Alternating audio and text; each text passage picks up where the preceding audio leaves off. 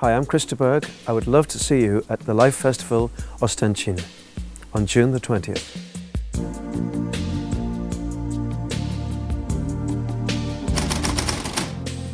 Well, I started my first record in 1974, and I was lucky because my first album was a big hit in South America, and then the second album, big hit in Canada, South Africa.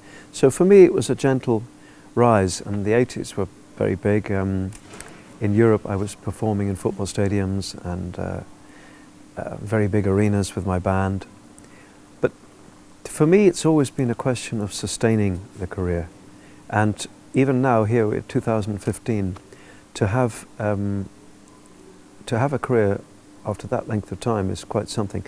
But you obviously need support, and I have a worldwide fan base. The music business is built on disappointment, and things always go wrong.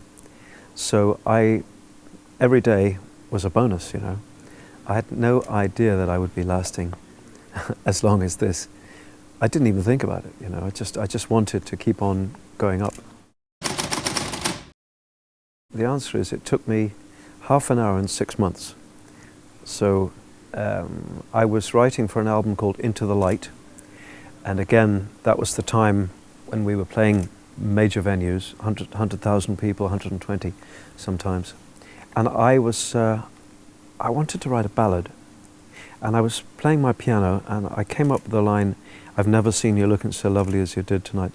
And it began, as many of my songs are, it began a story in my mind, and it was just a way of a man saying to a woman, "I should have paid you more attention. I'm sorry." And that's why it's become a very big classic. I mean, if you go to America, they don't know who I am, but they know Lady in Red. But I go to Russia a lot. It's a huge song in Russia, Eastern Bloc, various countries. You know, it's just one of those things that got lucky. Any discrimination just because someone happens to have been born a certain race is absolutely outrageous. We're sitting here in Berlin, and I don't need to tell you the background of anti-Semitism, which is not only being during the Second World War, but also goes back centuries. I think the problem with human beings is if somebody is different, they become for some reason a threat. And I learn a lot from my own family, my own children, who are so anti-racist, and an entire generation which is so healthy, and they ask questions, you know, and for me, I'm delighted to be involved in this festival. I think travel is the best thing that you can do, the greatest education. I think you learn a great deal about the cultures of the world, and you find out about how other people live, what they eat, what they dress like, their history. I'm very interested in history. I've been to Poland quite a few times, and I've enjoyed going to the cathedrals there and learning about the history of the country, which has been fascinating, to say the least. So even now, having had a lot of travel in my early days, even now I'm very lucky to be traveling so much. So it's the same thing for my children. You know, they travel a lot, and they see the benefit. Not only a very beautiful and gracious girl, but she is also very intelligent. And when she finished Miss World, she went back to college and got an honours degree in history of art and sociology. It's the top thing you can get. And now she's just written a book about healthy lifestyle, vegan diet, and so on. She's just great. She's clever. And my eldest son, Hubie, makes music as the name Hubie Davison, and it's very interesting music. It's very electronic but fascinating. And my younger boy, he's in the sports management business, which he loves. Human beings will always fight. I think it's a tragic problem. I think it's virtually all the time men, and I often ask the question, how many men does it take to start a war? And the answer could be about 3 or 4 powerful men who have lots of people below them, who under the chain of command they agree to do things and they know they shouldn't. But I think men are naturally aggressive.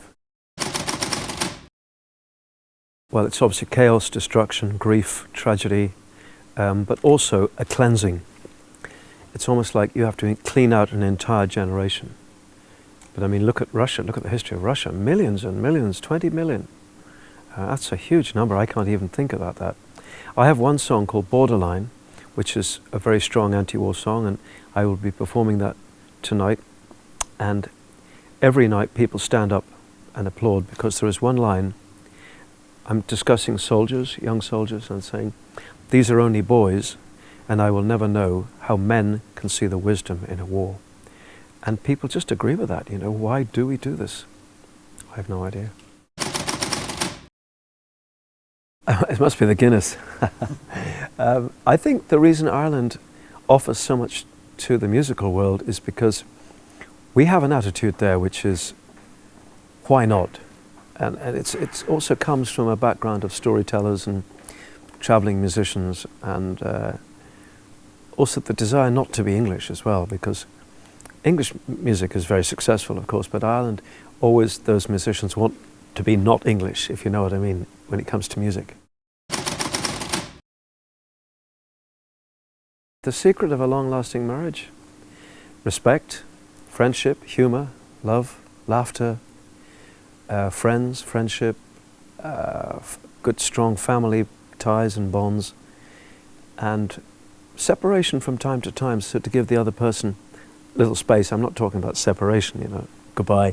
I'm just saying a little time apart, having your own interests, either together or separately. It's a difficult profession to be in because I have to travel so much, but yeah, it works very well.